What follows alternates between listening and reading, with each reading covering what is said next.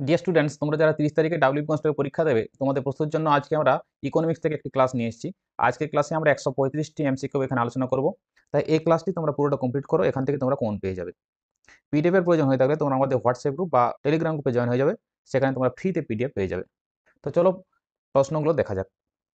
প্রথম প্রশ্ন, কোন সালে ভারতীয় পরিকল্পনা কমিশন গঠন করা হয়েছিল? ভারতের পরিকল্পনা কমিশন প্রথম গঠন করা হয়েছিল অপশন সি 1950 সালে। 1950 সালের 15 মার্চ প্রথম পরিকল্পনা কমিশন গঠন করা হয় এবং এই পরিকল্পনা কমিশনের প্রথম চেয়ারম্যান ছিলেন ভারতের তৎকালীন প্রধানমন্ত্রী জওহরলাল নেহরু। পরবর্তীকালে এই পরিকল্পনা কমিশনকে নীতি আয়োগ দ্বারা 2015 সালে, যখন এনডিএ সরকার আসে, যেটা আমরা বিজেপি সরকার বলে জানি, তখন 2015 সালে নীতি আয়োগ দ্বারা এটা প্রতিস্থাপিত করা হয়েছে। পরিকল্পনা কমিশন তখন নেওয়া হতো 5 বছর ছাড়া ছাড়া, যেটা পঞ্চবার্ষিকী পরিকল্পনা বলা হতো। তো 5 বছরে কি কি কাজ করা হবে সেটা নিয়ে যে পরিকল্পনা করা হতো, সেটাই পরিকল্পনা কমিশনের কাজ। ঠিক আছে। 2 নম্বর, জাতীয় উন্নয়ন পরিষদে ছিলেন, জাতীয় উন্নয়ন পরিষদে কে কে ছিলেন? ন্যাশনাল ডেভেলপমেন্ট কাউন্সিল, এটাতে ছিলেন ইনারা সবাই। অপশন ডি হয়ে যাবে সঠিক উত্তর। ভারতের পরিকল্পনা কমিশন বললাম 1950 সালে গঠিত হয়। এটি পঞ্চবার্ষিকী পরিকল্পনা তৈরি করে, সেটাও বললাম। এবং তার সাথে জাতীয় উন্নয়ন পরিষদ বা ন্যাশনাল ডেভেলপমেন্ট কাউন্সিল, এটা 1952 সালে গঠিত হয়। এর কাজ ছিল এই যে পরিকল্পনা কমিশন, তার যে কাজগুলো, তার যে পরিকল্পনাগুলো, সেগুলো চূড়ান্ত অনুমোদন করা। ঠিক আছে। তাহলে একসাথে গঠিত হয়েছিল প্রায় এই ন্যাশনাল ডেভেলপমেন্ট কাউন্সিল এবং প্ল্যানিং কমিশন অফ ইন্ডিয়া, কিন্তু যদিও পরবর্তীকালে এনডিএ সরকার আসার পর নীতি আয়োগ দ্বারা এটি প্রতিস্থাপিত হয়ে গেছে। 3, ভারতের নীতি আয়োগ হলো, এরপর নীতি আয়োগ কি জিনিস সেটা তোমরা জানো। ভারতের নীতি আয়োগ হচ্ছে, এখানের মধ্যে সঠিক উত্তর হবে অপশন বি, কেন্দ্রীয় সরকারের একটি দপ্তর। এটি একটি কেন্দ্রীয় সরকারের নীতি নির্ধারণ করে থিঙ্ক ট্যাঙ্ক হিসেবে কাজ করে। এটি একটি নির্বাহী সংস্থা, কোনো সংবিধিবদ্ধ বা স্ট্যাচুটরি বা কনস্টিটিউশনাল বডি নয়। ঠিক আছে। সংবিধিবদ্ধ বা কোনো পার্লামেন্টে আইন করাও হয়নি, বা সাংবিধানিক সংস্থা নয়, মানে সংবিধানে কোনো ধারাও নেই এর। ঠিক আছে। এটি কেন্দ্রীয় মন্ত্রিসভার একটি প্রস্তাবের মাধ্যমে গঠিত হয়েছিল। যতগুলো আমি বিস্তারিত আলোচনা করছি, এখান থেকে তোমাদের শর্ট কোশ্চেন পড়ে যায়। যেমন এখানে ধরো লেখা আছে কেন্দ্রীয় মন্ত্রিসভার প্রস্তাবের মাধ্যমে এটি গঠন হয়। ঠিক আছে। এটা তোমাদের একটা শর্ট কোশ্চেন পড়তে পারে, পড়েছে অলরেডি। ঠিক আছে। এই নীতি আয়োগ প্রতিষ্ঠিত হয়েছিল 1 জানুয়ারি 2015 সালে। এটা একটা প্রশ্ন পড়ে এবং অনেক পরীক্ষাতে অলরেডি পড়ে গেছে, নীতি আয়োগ কখন প্রতিষ্ঠিত হয়। এর পুরো নাম কি এটাও পড়েছে, national institution for transforming India, নীতি আয়োগের পুরো নাম। ঠিক আছে। নীতি আয়োগের প্রধানকে ভারতের প্রধানমন্ত্রী চেয়ারপারসন আছেন। ঠিক আছে। আর তার সাথে সকল রাজ্য এবং কেন্দ্রশাসিত অঞ্চলের রাজ্যের যে মুখ্যমন্ত্রী এবং কেন্দ্রশাসিত অঞ্চলের যে লেফটেন্যান্ট গভর্নর রয়েছেন, তারা এই গভর্নিং কাউন্সিলে রয়েছেন। 4 নম্বর, নিম্নলিখিতগুলির মধ্যে কোনটি ভারতীয় পরিকল্পনার লক্ষ্য নয়? ভারতীয় পরিকল্পনার লক্ষ্য নয়, এখানের মধ্যে সঠিক উত্তর কি হবে? অপশন জনসংখ্যা বৃদ্ধিটা। জনসংখ্যা বৃদ্ধি করতে আমাদের ভারতবর্ষে কখনোই চাইবে না, কারণ আমাদের ভারতবর্ষের জনসংখ্যা বর্তমানে প্রায় সর্বোচ্চ, সমস্ত বিশ্বের মধ্যে সর্বোচ্চ বর্তমানে, প্রায় চীনকে টপকে গেছে। ঠিক আছে। তাহলে জনসংখ্যা বৃদ্ধিটা আমাদের লক্ষ্য নেই, আমাদের লক্ষ্য জনসংখ্যাটা কমানো, জনসংখ্যা হ্রাস করা। আমাদের লক্ষ্য কি? আমাদের লক্ষ্য হচ্ছে প্রবৃদ্ধি করা, গ্রোথ করা, আধুনিকীকরণ করা, মডার্নাইজেশন করা, সেলফ রিলায়েন্স এবং সমতা বা ইকুয়ালিটি নিয়ে আসা। ঠিক আছে। এদের মধ্যেই রয়েছে শিল্প বৃদ্ধি করা, স্বনির্ভরতা আনা, উৎপাদনশীল নিয়োগ সৃষ্টি, এগুলো এর মধ্যে অংশ। ঠিক আছে। 5, কোন বছর থেকে ভারতীয় অর্থনীতিতে বিশ্বায়নের নীতি অনুসরণ করা হয়েছে? বিশ্বায়নের নীতি অর্থাৎ গ্লোবালাইজেশন করা হয়েছে। সঠিক উত্তর হবে অপশন সি, 1991 সালে যে এলপিজি রিফর্মস আনা হয়েছিল, নরসিংহ রায়ের সরকার ছিল এবং অর্থমন্ত্রী ছিলেন ডক্টর মনমোহন সিং, তার নেতৃত্বে নতুন economic policy, new economic policy NEP প্রবর্তন করা হয়। তার মাধ্যমে এলপিজি সংস্কার আসে। এলপিজি বলতে লিবারাইজেশন, প্রাইভেটাইজেশন এবং গ্লোবালাইজেশন। ঠিক আছে। এইটা পরীক্ষায় বারবার তোমাদের প্রশ্ন এসেছে, এলপিজি সংস্কার। ঠিক আছে। কে যুক্ত? অর্থমন্ত্রী ছিলেন ডক্টর মনমোহন সিং এবং প্রধানমন্ত্রী পিভি নরসিংহ রাও। আচ্ছা, বিশ্বায়নের নীতি এটা কেন নিয়েছে? আগে ভারতের অর্থনীতি ছিল ক্লোজড ইকোনমি, অর্থাৎ ভারতে লাইসেন্স রাজ চলতো। কোনো বিদেশি বিনিয়োগ আসতে গেলে প্রচুর পরিমাণে লাইসেন্স নিতে হতো, যাতে তারা ভারতবর্ষে এসে ভারতের যে দেশীয় কোম্পানিগুলো আছে সেগুলোকে যাতে না ডুবিয়ে দিতে পারে, তার জন্য তাদের নানা রকম কঠোর নীতি অনুসরণ করে তাদের চলা হতো। কিন্তু পরবর্তীকালে যখন 1991 সালে ভারতে প্রচুর আর্থিক সংকট দেখা দেয়, সেই সময় এই এলপিজি সংস্কার নিয়ে আসা হয়। ঠিক আছে। অর্থাৎ উদারীকরণ করে দেওয়া হয়, বেসরকারীকরণ, প্রচুর কোম্পানি আসতে শুরু করে, গোটা বিশ্বের জন্য ভারতের দরজা খুলে দেওয়া হয়। ঠিক আছে। 6 নম্বর, ভারতের 14টি প্রধান বাণিজ্যিক ব্যাংকে কোন সালে জাতীয়করণ করা হয়েছিল? ভারতের 14টি প্রধান বাণিজ্যিক ব্যাংকে জাতীয়করণ করা হয়েছিল প্রথম, অপশন সি, 1969 সালে, যখন ইন্দিরা গান্ধী প্রধানমন্ত্রী ছিলেন। করা হয়েছিল 19শে জুলাই। ঠিক আছে। আইনটা ছিল banking companies acquisition and transfer of undertakings ordinance 1969-এর মাধ্যমে। এই ঘটনাটি ঘটেছিল চতুর্থ পঞ্চবার্ষিকী পরিকল্পনার সময়। পঞ্চবার্ষিকী পরিকল্পনা মনে রাখবে, পরীক্ষায় প্রশ্ন এসেছে অলরেডি।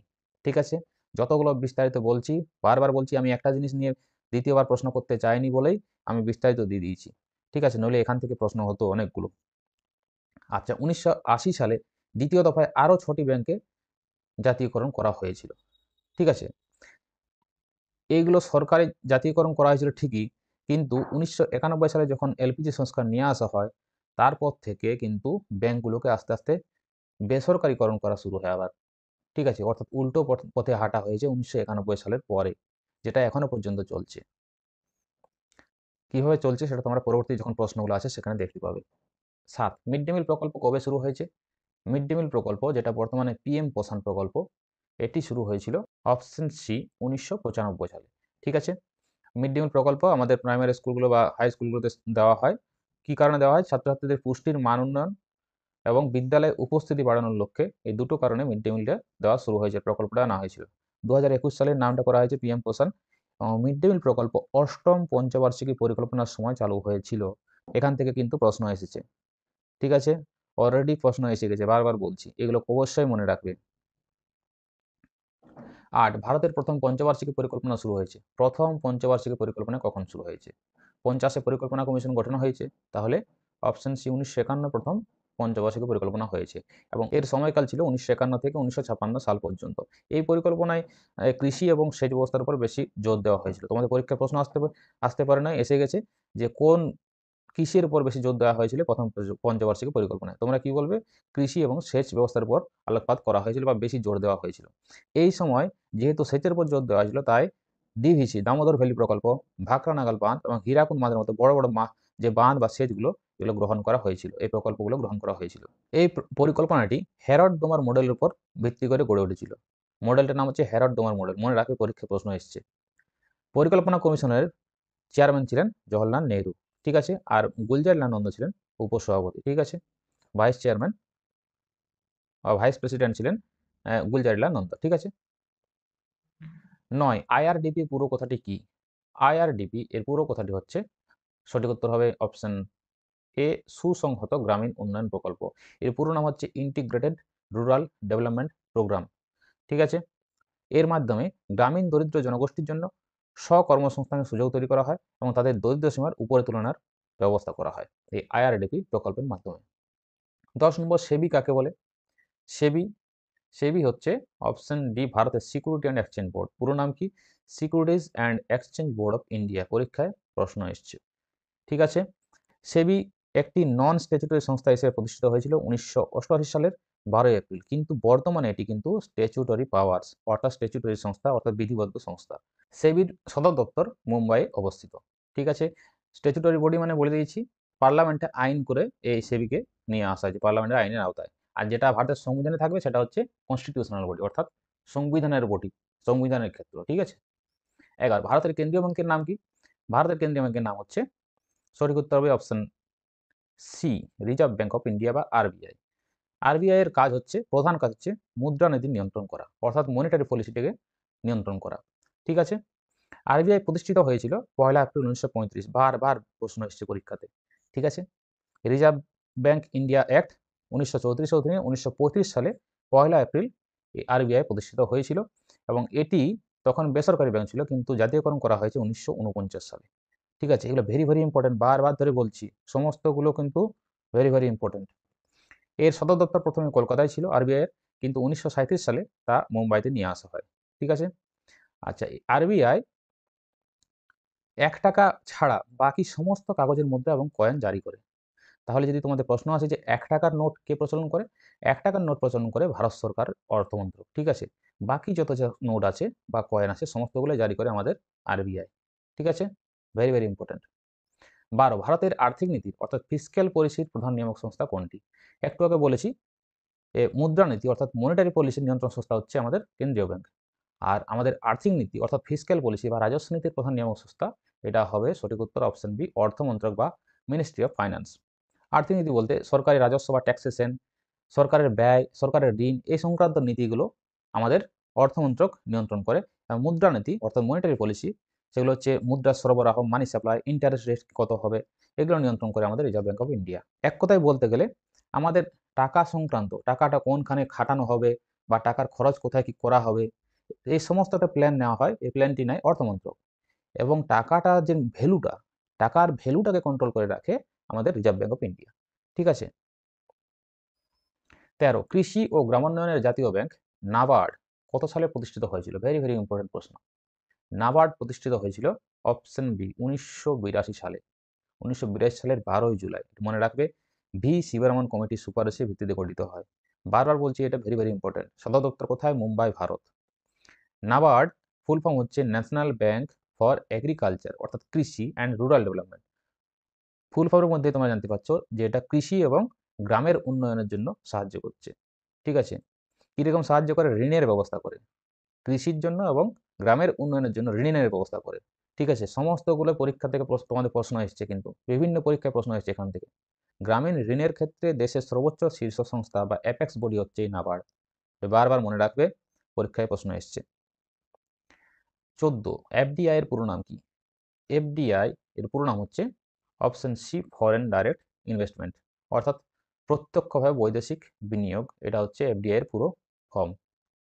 15, দ্বিতীয় পঞ্চবার্ষিক পরিকল্পনার সঙ্গে কার নাম যুক্ত? দ্বিতীয় পঞ্চবার্ষিকী পরিকল্পনার সঙ্গে যুক্ত আছেন অপশন সি প্রশান্ত চন্দ্র মহালানবিশ।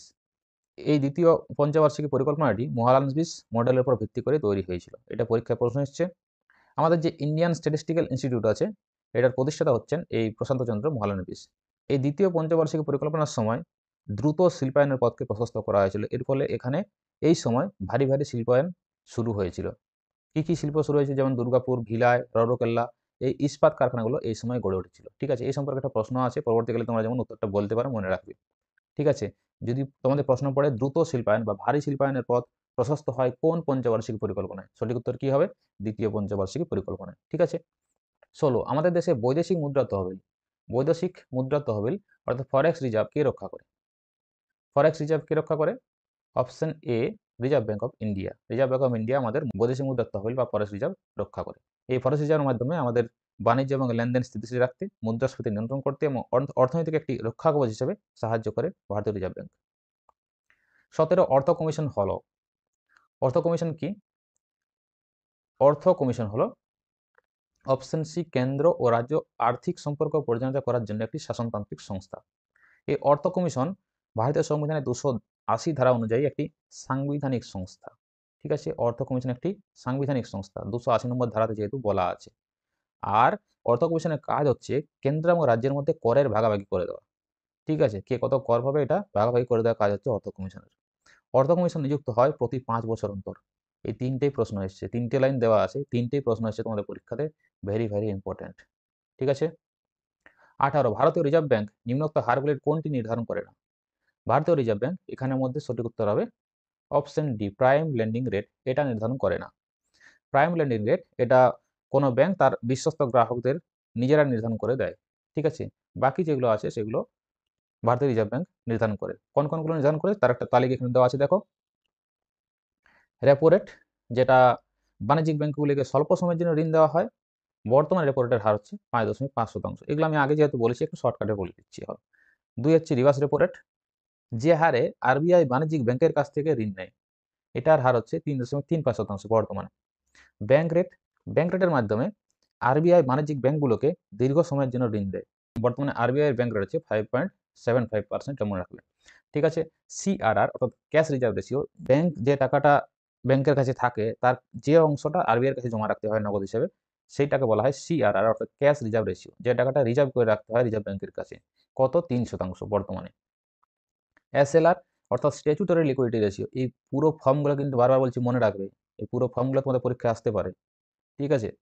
এসএলআর অর্থাৎ স্ট্যাচুটরি লিকুইডিটি রেশিও, এটার পরিমাণ হচ্ছে 18%। অর্থাৎ ব্যাংকগুলো তাদের মোট জমার 18% টাকা সিকিউরিটিজ আকারে নিজেদের কাছে রাখতে হবে। এটা হচ্ছে এসএলআর। আরেকটা হচ্ছে এমএসএফ অর্থাৎ মার্জিনাল স্ট্যান্ডিং ফ্যাসিলিটি, এটা একদিনের জন্য ঋণ দেওয়ার ব্যবস্থা। ঠিক আছে। তাহলে এই চারটা কিন্তু ভালোভাবে তোমরা মুখস্থ রাখো, এখান থেকে প্রশ্ন আসবেই। 19, ভারতের রিজার্ভ ব্যাংকের বর্তমান গভর্নর কে? ভারতের রিজার্ভ ব্যাংকের বর্তমান গভর্নর হচ্ছেন, সঠিক উত্তর হবে অপশন ডি সঞ্জয় মালহোত্রা। ইনি ভারতের 26তম গভর্নর হয়েছেন। 20 বিশ্ব বাণিজ্য সংস্থা WTO এটা স্থাপিত হয়েছিল কত সালে? WTO বা ওয়ার্ল্ড ট্রেড অর্গানাইজেশন এটি স্থাপিত হয়েছিল অপশন বি 1995 সালে। ঠিক আছে, প্রথমে 1948 সালে গ্যাট অর্থাৎ general agreement on tariffs and trades এটা গঠিত হয়েছিল এবং এর উত্তরসূরি হিসেবে মারাকেশ চুক্তির মাধ্যমে এই WTO আত্মপ্রকাশ করে। কত সালে? 1995 সালে। WTO এর সদর দপ্তর হচ্ছে সুইজারল্যান্ডের জেনেভা। পরীক্ষায় বারবার প্রশ্ন এসছে। WTO এর কাজ কি? আন্তর্জাতিক বাণিজ্যের নিয়মকানুন তৈরি করা, শুল্ক বা তারিফ কমানো এবং সদস্য দেশগুলোর মধ্যে বাণিজ্যিক বিরোধ মেটানো। এই কাজ হচ্ছে WTO বা বিশ্ব বাণিজ্য সংস্থার। 21 ব্যাংক রেট বলতে কি বোঝায়? একটু আগে বলেছি, প্রশ্ন এরকম পড়বে তোমাদের। ব্যাংক রেট বলতে কি বোঝায়? এখানের মধ্যে সঠিক উত্তর কি হবে? অপশন বি, যে হারে রিজার্ভ ব্যাংক অন্যান্য ব্যাংকগুলিকে ঋণ দেয়। ব্যাংক রেট হচ্ছে একটা দীর্ঘমেয়াদী ঋণ, আর রেপো রেট সেটা হচ্ছে স্বল্প মেয়াদী ঋণ। ঠিক আছে।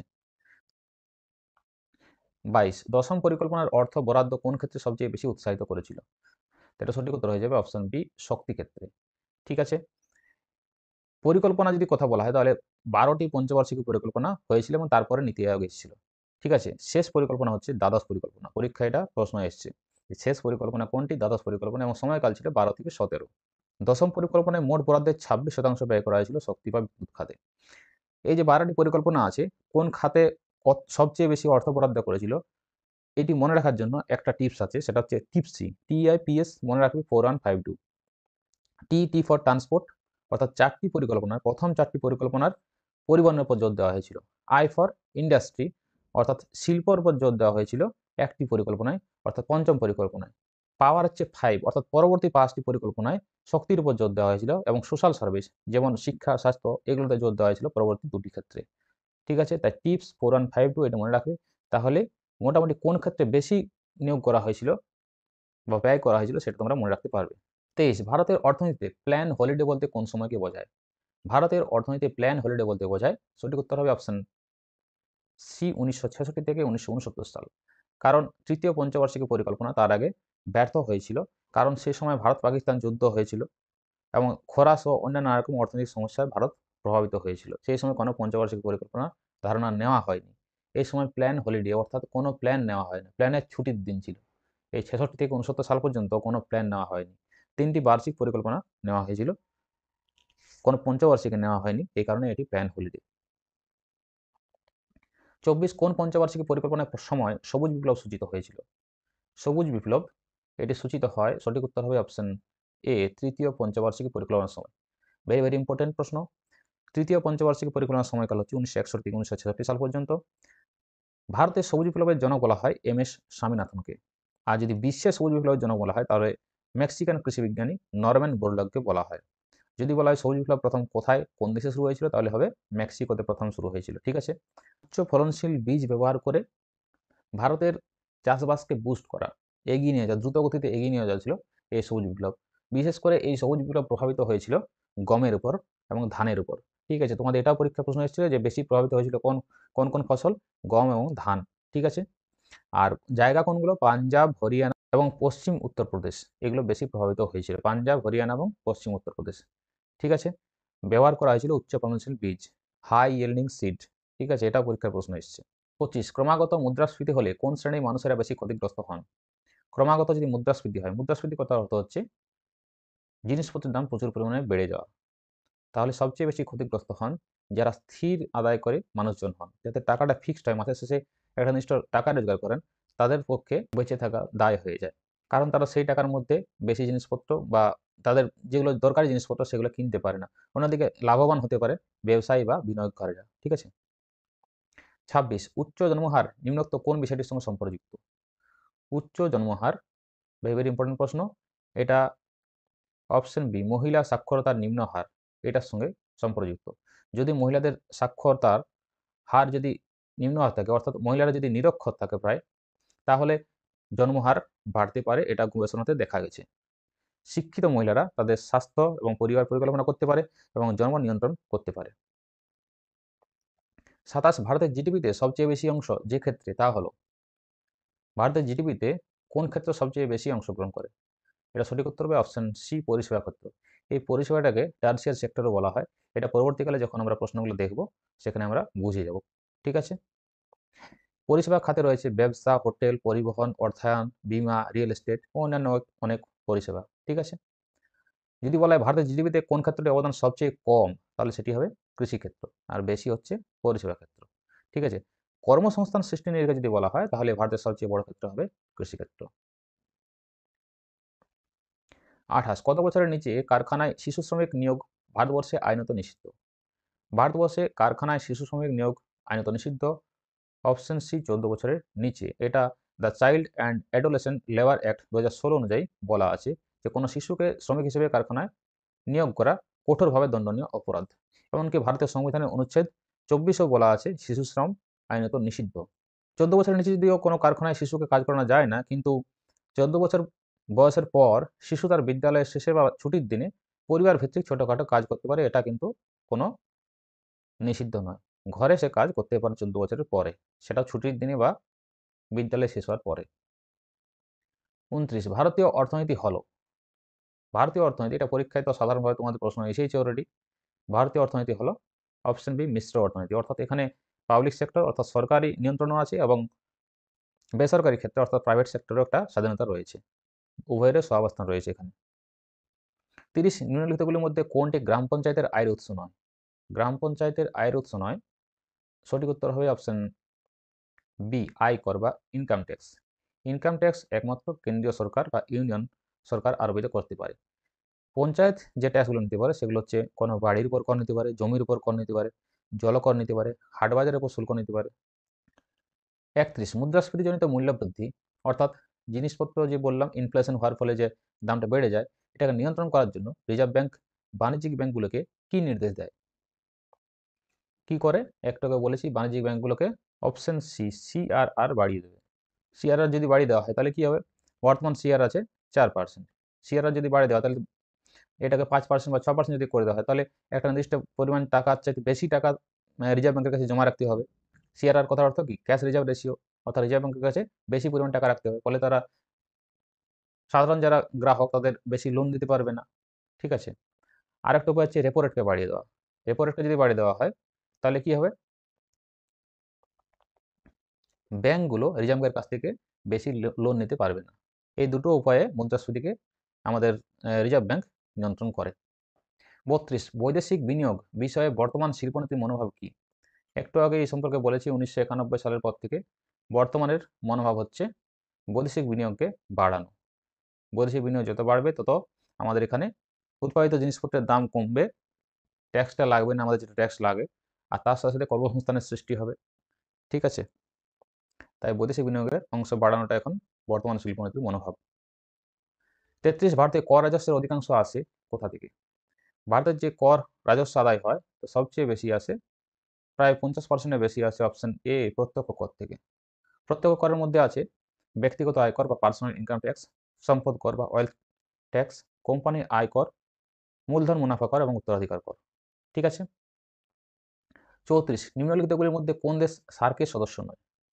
সার্কের সদস্য নয়, এখানের মধ্যে হবে সঠিক উত্তর অপশন সি মরিশাস। সার্ক হচ্ছে south Asian association for regional cooperation. এর বর্তমান সদস্য সংখ্যা হচ্ছে 8টি, যেখানে বাংলাদেশ আছে, ভারত, আফগানিস্তান, ভুটান, মালদ্বীপ, নেপাল, পাকিস্তান, শ্রীলঙ্কা রয়েছে এবং সর্বশেষ যুক্ত হয়েছে আফগানিস্তান। এটা পরীক্ষার প্রশ্ন এসছে। সার্কের সদর দপ্তর হচ্ছে কাঠমান্ডু, নেপাল। 35, কৃষি আয়কর সংগ্রহ করে।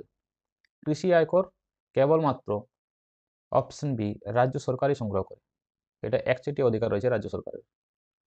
36, ভারতে বৃহৎ শিল্পায়ন শুরু হয় কোন পঞ্চবার্ষিকী পরিকল্পনাকালে? একটু আগে বলেছি ভারতে বৃহৎ শিল্পায়ন শুরু হয় অপশন বি দ্বিতীয় পঞ্চবার্ষিকী পরিকল্পনার সময়, যেটা প্রশান্ত চন্দ্র মহালানবিশ মডেল উপর ভিত্তি করে তৈরি, এবং এই সময় ভিলাই, দুর্গাপুর এবং রৌরকেল্লাতে ইস্পাত কারখানাগুলি স্থাপিত হয়েছিল। ঠিক আছে। 37, শিল্পের জন্য ঋণদান করে থাকে। শিল্পের জন্য ঋণদান করে থাকে কোন সংস্থা? সঠিক উত্তর হবে অপশন ডি উপরের সমস্ত সংস্থাগুলি ঋণদান করে থাকে। এদের মধ্যে আইডিবিআই এবং আইএফসিআই এরা বৃহৎ এবং মাঝারি শিল্পগুলোকে ঋণদান করে, এবং এসএফসি এটা ক্ষুদ্র ও মাঝারি শিল্পকে ঋণদান করে। ঠিক আছে। 38, প্রথম ভারতীয় যিনি অর্থনীতিতে নোবেল পুরস্কার পেয়েছেন। অর্থনীতিতে প্রথম নোবেল পুরস্কার পেয়েছেন, সঠিক উত্তর হবে অপশন বি অধ্যাপক অমর্ত্য কুমার সেন 1998 সালে, এবং পরবর্তীকালে অধ্যাপক অভিজিৎ বিনায়ক ব্যানার্জি 2019 সালে নোবেল পুরস্কার পান।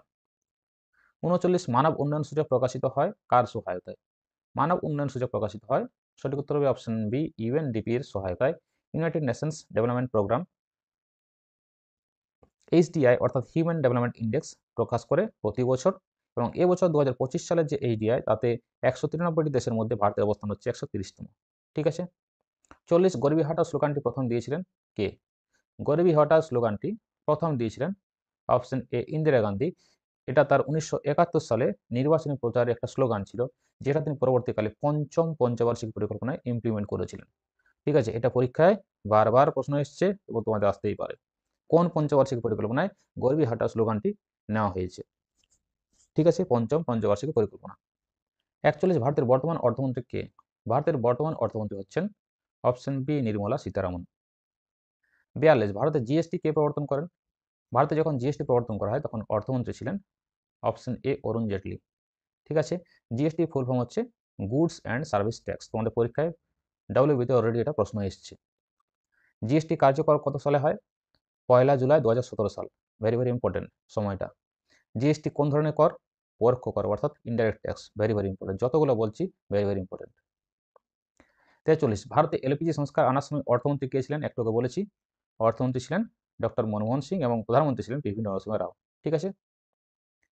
44 2014 সালে শুরু হওয়া ভারত সরকারের নমামি গঙ্গে প্রকল্পটি এটি কিসের প্রকল্প?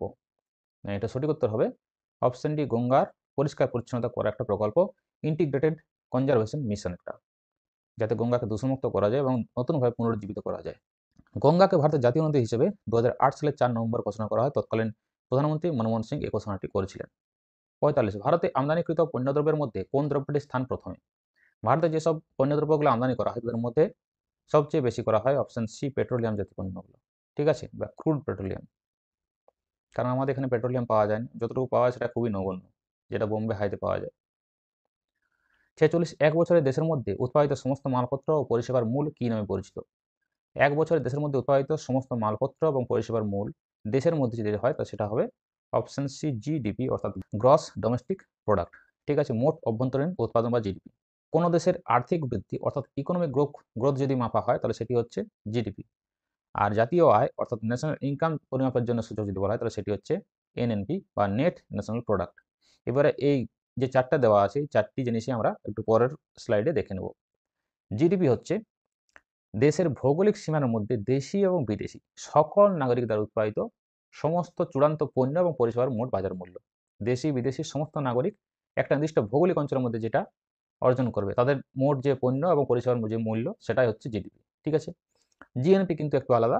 জিএনপি কিন্তু নির্দিষ্ট ভৌগোলিক পরিবেশে নয়। জিএনপি হচ্ছে কোনো একটা দেশের নাগরিকের, সে দেশে থাক বা বিদেশে থাক, তার যে চূড়ান্ত পণ্য এবং পরিষেবার মোট মূল্য সেটা হচ্ছে জিএনপি। ঠিক আছে। এনডিপি কি? জিডিপির থেকে এনডিপি এসছে, অর্থাৎ এই যে জিডিপিটা আমরা পেলাম, জিডিপির থেকে যে আমাদের ক্ষয়ক্ষতি এই প্রক্রিয়াটি চলাকালীন যে মূলধনের যে ক্ষয়ক্ষতি হয়েছে সেটাকে বাদ দিলে আমরা পাবো এনডিপি অর্থাৎ নেট ডোমেস্টিক প্রোডাক্ট। আর এনএনপি, জিএনপি থেকে এনএনপি পেয়েছি, জিএনপি থেকে যে মূলধনের ক্ষয়ক্ষতি বা মূল্য হ্রাস এটাকে বাদ দিলে আমরা পেয়ে যাবো এনএনপি বা নেট ন্যাশনাল প্রোডাক্ট। এই চারটি ভালো করে মনে রাখবে, এখান থেকে প্রশ্ন আসতে পারে তোমাদের। ঠিক আছে। 47 ভারতের প্রথম যোজনা কমিশনের চেয়ারম্যান কে ছিলেন? যোজনা কমিশন মানে পরিকল্পনা কমিশন, এবং পরিকল্পনা কমিশনের চেয়ারম্যান ছিলেন একটু আগেই বলেছি অপশন ডি, জওহরলাল নেহরু। তোমাদের ডাব্লিউপি 2013-তে প্রশ্ন এসেছে। 48 ভারতের কৃষিকাজ খরচ প্রসঙ্গে এমএসপি কি? এমএসপি দুটো অর্থ আছে, যদি কৃষিকাজ বলে তাহলে সেটি হবে option D, minimum support price. আরেকটি তোমার যদি পরিষেবার ক্ষেত্রে বলে তখন হয়ে যাবে ম্যানেজড সার্ভিস প্রোভাইডার। ঠিক আছে, এটা হয়ে যাবে মিনিমাম সাপোর্ট প্রাইস। 49 ভারতের আয়কর হলো, ডাব্লিউপি 2019-এ পড়েছে। ভারতের আয়কর অপশন ডি, প্রত্যক্ষ এবং প্রগতিশীল। আয়কর একটি প্রত্যক্ষ কর, কারণ এটা সরাসরি নেয় কেন্দ্র সরকার। আর প্রগতিশীল এই কারণে, কারণ যার যত বেশি আয় তার তত বেশি কর লাগবে, এই জন্য এটা প্রগতিশীল। 50 নিচের কোনটি ভারতের বৃহত্তম পাবলিক সেক্টর বাণিজ্যিক ব্যাংক? এটা 2019-এ পড়েছে। ভারতের বৃহত্তম পাবলিক সেক্টর বাণিজ্যিক ব্যাংক এটা হবে অপশন বি, এসবিআই বা স্টেট ব্যাংক অফ ইন্ডিয়া। ঠিক আছে। স্টেট ব্যাংক অফ ইন্ডিয়া 1806 সালে জুন মাসের মাঝামাঝি সময়ে ব্যাংক অফ কলকাতা নামে উত্থিত হয় এবং কাজ শুরু করে। পরবর্তীকালে 1809-এ এর নাম করা হয় ব্যাংক অফ বেঙ্গল, এবং প্রেসিডেন্সি সরকার কর্তৃক প্রতিষ্ঠিত 3টি ব্যাংকের মধ্যে একটি ছিল এই ব্যাংক অফ বেঙ্গল, আর দুটি ছিল ব্যাংক অফ বোম্বে আর একটা ছিল ব্যাংক অফ মাদ্রাজ। এই 3টি ব্যাংক একত্রিত হয় 1921 সালে এবং 1921 সালে গঠিত হয় ইম্পেরিয়াল ব্যাংক অফ ইন্ডিয়া। তোমাদের পরীক্ষায় প্রশ্ন আসে যে স্টেট ব্যাংক অফ ইন্ডিয়ার পূর্ব নাম কি ছিল? Imperial bank of India. তারপর ভারত যখন স্বাধীন হয় তখন 1955 সালে স্টেট ব্যাংক অফ ইন্ডিয়া এটি পরিণত হয়। ঠিক আছে? 51 এশিয়ান ডেভেলপমেন্ট ব্যাংকের সদর দপ্তর কোথায় অবস্থিত? এডিবি এর সদর দপ্তর কোথায় অবস্থিত? সঠিক উত্তর হবে অপশন এ, ফিলিপাইন্স এর ম্যানিলাতে অবস্থিত। 52 ভারতের সবুজ বিপ্লব প্রসঙ্গে HYVP এর পুরো কথাটি কি? একটু আগে বলেছি HYVP এর পুরো কথা হচ্ছে option A, high yielding varieties programme. ঠিক আছে, উচ্চ ফলনশীল বীজ কার্যক্রম, এটা হচ্ছে সবুজ বিপ্লবের সঙ্গে সম্পর্কিত। 53 অন্তোদয় পরিকল্পনার উদ্দেশ্য কি? 2013 পড়েছে আবগারিতে সম্ভবত। সঠিক উত্তর হবে অন্তোদয় পরিকল্পনাটা হচ্ছে গরিব মানুষের উন্নয়নের জন্য করা হয়, বিশেষ করে যেমন অন্তোদয় অন্ন যোজনা একটা রয়েছে, এই অন্তোদয় পরিকল্পনার একটি উদ্দেশ্য। 54 ভারতবর্ষে টাকার যোগান নিয়ন্ত্রণ করে। টাকার যোগান কে নিয়ন্ত্রণ করে? অপশন এ, ভারতের রিজার্ভ ব্যাংক। 55 জিএসটির সঙ্গে সম্পর্কিত জিএসটি এর সম্পূর্ণ রূপটি কি? জিএসটি হচ্ছে গুডস অ্যান্ড সার্ভিস ট্যাক্স, আর তার সাথে এটা যদি থাকে তাহলে সেটি হয়ে যাবে option B, goods and service tax identification number. ঠিক আছে। 56 মনরেগা, এটা সম্পূর্ণ রূপটি কি? এটা পরীক্ষায় প্রশ্ন এসছে। এটা সঠিক রূপ হবে Mahatma Gandhi national rural employment guarantee act. Option C হয়ে যাবে সঠিক উত্তর। ঠিক আছে। এটি প্রথমে 2005 সালে কার্যকর হয়, তখন নাম ছিল এনরেগা। পরবর্তীকালে 2009 সালে মহাত্মা গান্ধী নামটি যুক্ত করা হয়। ঠিক আছে। এর মাধ্যমে 1 বছরে কমপক্ষে 100 দিনের নিশ্চিত মজুরিযুক্ত কর্মসংস্থানের একটা গ্যারেন্টি প্রদান করা হয়। 57 কে প্রথম ভারতের জাতীয় আয় নির্ধারণ করেছিলেন? ভারতের জাতীয় আয় প্রথম নির্ধারণ করেছিলেন, সঠিক উত্তর হবে অপশন এ, দাদাভাই নওরোজি। তার poverty and un-British rule in India এই বইয়ের মাধ্যমে তিনি দেখান যে কিভাবে সম্পদের বহির্গমন অর্থাৎ ড্রেন অফ ওয়েলথ হচ্ছে, কিভাবে ব্রিটিশরা আমাদের ভারত থেকে সমস্ত সম্পদ লুট করে নিয়ে চলে যাচ্ছে, এবং সেখানে তিনি এই জাতীয় আয়টি নির্ধারণ করেছিলেন। 58 জেলার মুখ্য রাজস্ব আদায়কারী কে? জেলার মুখ্য রাজস্ব আদায়কারী বলা হয় অপশন এ, জেলা শাসক অর্থাৎ ডিস্ট্রিক্ট কালেক্টর অর্থাৎ ডিস্ট্রিক্ট ম্যাজিস্ট্রেটকে। পূর্বে এটাকে বলা হতো ডিস্ট্রিক্ট কালেক্টর অর্থাৎ জেলা রাজস্ব আদায়কারী। 59 ভারতীয় সংবিধানে পঞ্চবার্ষিকী পরিকল্পনার ধারণা নেওয়া হয়েছে কোন দেশ থেকে? পঞ্চবার্ষিকী পরিকল্পনার ধারণা নেওয়া হয়েছে অপশন এ, রাশিয়া, তৎকালীন ইউএসএসআর ও সোভিয়েত রাশিয়া থেকে নেওয়া হয়েছে। ঠিক আছে। 60 নিম্নের কোনটি ব্যাংকিং বিভাগ সংক্রান্ত কমিটি? এটা একটু আগে বলেছি, ব্যাংকিং বিভাগ সংক্রান্ত কমিটি হচ্ছে অপশন সি, নরসিংহ্যান কমিটি। এই নরসিংহ্যান কমিটি 1991 সালে প্রথম এবং 1998 সালে দ্বিতীয়বার গঠিত হয়, এবং ব্যাংকের সংস্কারের ক্ষেত্রে এটি একটি গুরুত্বপূর্ণ কমিটি। 61 অপারেশন ফ্লাড কথাটি যুক্ত কার সাথে? অপারেশন ফ্লাড এটা যুক্ত অপশন এ, শ্বেত বিপ্লব বলা হয় এটাকে, এবং এটি যুক্ত আছে দুগ্ধ উৎপাদন বৃদ্ধির সাথে সম্পর্কিত। এই দুগ্ধ উৎপাদন বৃদ্ধি এটাকে বলা হয় অপারেশন ফ্লাড বা শ্বেত বিপ্লব, এবং এই শ্বেত বিপ্লবের জনক বলা হয় ডক্টর ভার্গিস কুরিয়ানকে। ঠিক আছে। এই সম্পর্কে মনে রাখবে আমুল যে ডায়েরি সেটা কিন্তু এই সময় গড়ে উঠেছিল। ঠিক আছে। আচ্ছা, যেসব বিপ্লবগুলো তোমাদের পরীক্ষায় আসে মোটামুটি সেগুলো একটা তালিকা এখানে দেওয়া আছে, এখান থেকে সমস্তগুলো তোমাদের মুখস্থ করতে হবে, একটা বাদ দেওয়া চলবে না। ঠিক আছে, যতগুলো দেওয়া আছে পুরো মুখস্থ করবে, এখান থেকে প্রশ্ন যে কোনো একটা আসতে পারে। 62 হলুদ বিপ্লবের জনককে? হলুদ বিপ্লবের জনক হচ্ছে অপশন সি, শ্যাম পিত্রোদা, যেটা তৈলবীজ উৎপাদনের সাথে যুক্ত। 63 ইরানের মুদ্রা কোনটি? ইরানের মুদ্রা হচ্ছে অপশন এ, রিয়াল। এছাড়াও সৌদি আরব, কাতার দেশের মুদ্রা হচ্ছে রিয়াল। দিনার যদি বলা হয়, দিনার হচ্ছে কুয়েত, আলজেরিয়া, লিবিয়ার মুদ্রা। পেসো হচ্ছে মেক্সিকো, আর্জেন্টিনা, চিলির মুদ্রা, এবং লিরা হচ্ছে তুরস্ক দেশের মুদ্রা। এগুলো পরীক্ষায় প্রশ্ন এসছে। 64 ভারতের প্রত্যক্ষ কর কোনটি? ভারতে কর দু রকমের আছে, প্রত্যক্ষ কর এবং পরোক্ষ কর। এখানের মধ্যে প্রত্যক্ষ কর হচ্ছে অপশন সি, সম্পদ কর বা ওয়েলথ ট্যাক্স। এছাড়াও প্রত্যক্ষ কর যেগুলো আছে তার একটা তালিকা দেওয়া আছে, ভেরি ভেরি ইম্পর্টেন্ট, এখান থেকে তোমাদের প্রশ্ন দিবেই। ঠিক আছে, এগুলো কিন্তু ভেরি ভেরি ইম্পর্টেন্ট। এছাড়াও কোম্পানির আয়কর বা কর্পোরেট ইনকাম ট্যাক্স, মূলধন মুনাফা কর, ক্যাপিটাল গেইন ট্যাক্স, উত্তরাধিকার কর বা এস্টেট ডিউটি, আর এসটিটি, সিকিউরিটি ট্রানজাকশন ট্যাক্স, এগুলো হচ্ছে প্রত্যক্ষ কর। পরোক্ষ করের মধ্যে রয়েছে জিএসটি, ভ্যাট, অন্তঃশুল্ক বা এক্সাইজ ডিউটি, বহিঃশুল্ক বা কাস্টম ডিউটি। ঠিক আছে, এগুলো মনে রাখতে বলছি বারবার ধরে। 65 মুদ্রাস্ফীতি হলো, মুদ্রাস্ফীতি কি জিনিস? মুদ্রাস্ফীতি হচ্ছে অপশন ডি, ক্রমাগত মূল্যস্তর বৃদ্ধি। কোনো জিনিসের দাম ক্রমাগত বেড়ে যাওয়া, সেটা হচ্ছে মুদ্রাস্ফীতি। অর্থাৎ একই পরিমাণ অর্থ দিয়ে আগের চেয়ে কম জিনিসপত্র যদি কিনতে পারি, সেটাই হচ্ছে মুদ্রাস্ফীতি হচ্ছে বলে বোঝা যায়। 66 ভারতে 100 টাকার নোটে সই থাকে কার? একটু আগে বলেছি 1 টাকার নোটে সই থাকে কার থাকে? অর্থমন্ত্রক সেক্রেটারি। কিন্তু বাকি সমস্ত কিছু সই থাকে option A governor reserve bank of India. ঠিক আছে, বর্তমান গভর্নর কি আছেন? সঞ্জয় মালহোত্রা, 26তম গভর্নর। 67 ইসিএফ কি? ইসিএফ কথাটির অর্থ হচ্ছে অপশন এ ইকোনমিক ক্যাপিটাল ফ্রেমওয়ার্ক। ঠিক আছে, বিমল জারণ কমিটির সুপারিশে 2009 সালে এটি প্রতিষ্ঠিত হয়েছিল। আরবিআই যে মনিটারি পলিসি এটাকে সাহায্য করে ইসিএফ। ঠিক আছে। 68 পশ্চিমবঙ্গ ভূমি সংস্কার আইন কত সালে বলবৎ হয়? পশ্চিমবঙ্গ ভূমি সংস্কার আইন বলবৎ হয় অপশন সি 1955 সালের 15 ফেব্রুয়ারি। ভূমি সংস্কারের ক্ষেত্রে একটা উল্লেখযোগ্য পদক্ষেপ হচ্ছে জমিদারি প্রথা লোপ করে ভূমিহীন কৃষকদের জমির অধিকার প্রদানে সহায়তা করা। 69 এগমার্ক নিম্নলিখিত কোনটির সাথে সম্পর্কিত? এগমার্ক সম্পর্কিত এটা হবে অপশন সি কৃষিজাত দ্রব্য, যেটাতে একটা সার্টিফিকেশন চিহ্ন থাকে। এই যে চিহ্নটা দেখতে পাচ্ছি, এই চিহ্নটা দেওয়া থাকে এটা কৃষিজাত পণ্যের উপর। এর মাধ্যমে কোনো পণ্যের গুণমান সম্পর্কে যারা ক্রয় করে তারা আশ্বস্ত থাকে। 70 নীতি আয়োগ গঠিত হয়? এর আগেও বলেছি নীতি আয়োগ সম্পর্কে তোমাদের প্রশ্ন বারবার বলেছি, আসবে। নীতি আয়োগ গঠিত হয় অপশন এ কেন্দ্রীয় ক্যাবিনেটের সিদ্ধান্তের বলে নীতি আয়োগ গঠিত হয়েছিল। যোজনা কমিশনের পরিবর্তে এটি গঠিত হয়। 71 নিম্নের করগুলোর মধ্যে কোনটি কেন্দ্রীয় সরকারের এখতিয়ারভুক্ত? কেন্দ্রীয় সরকার এবং রাজ্য সরকারের মধ্যে এখতিয়ারভুক্ত যে করগুলো আছে সেগুলো একটা তালিকা আমি এখানে দিয়ে দিচ্ছি, দেখো। এখানের মধ্যে তো হয়ে যাবে কর্পোরেশন ট্যাক্স, সঠিক উত্তর। বাকি যে করগুলো আছে পুরো তালিকা এখানে দেওয়া আছে, সমস্তগুলো আমি এখানে আর বলতে পারছি না। তোমরা পজ করে খাতায় যেগুলো লাল দেওয়া আছে কালি, সেগুলো প্রধানত ইম্পর্টেন্ট, এগুলো মনে রাখবে অবশ্যই। ঠিক আছে। 72 কোন পরিকল্পনার সময় ভারত পরপর দুটি যুদ্ধে লিপ্ত হয়? ভারত পরপর দুটি যুদ্ধ 1962 এবং 1965, এই দুটো যুদ্ধে লিপ্ত হয় কোন পরিকল্পনার সময়? এটা হবে একটু আগে বলেছি অপশন বি তৃতীয় পঞ্চবার্ষিকী পরিকল্পনার সময়, যার কারণে এই পরিকল্পনাটি ব্যর্থ হয়েছিল এবং পরবর্তীকালে প্ল্যান হলিডে দেখা দিয়েছিল। 73 কোন স্থানকে শহরাঞ্চল বলা হয় তখনই যদি থাকে, শহরাঞ্চল কখন বলা হবে কোন স্থানকে? যখন সেখানে বিপুল জনগণ থাকবে, নগর এবং শহর থাকবে এবং মানুষ কৃষিজাত প্রক্রিয়ায় যুক্ত থাকে না। তাহলে অপশন ডি উপরোক্ত সবকটি হয়ে যাবে সঠিক উত্তর। ঠিক আছে। 74 ভারতের রেল বাজেট হলো? কি হবে ভারতের রেল বাজেট? ভারতের রেল বাজেট এখন কেন্দ্রীয় সাধারণ বাজেটের একটি অংশ। অপশন এ হয়ে যাবে সঠিক উত্তর।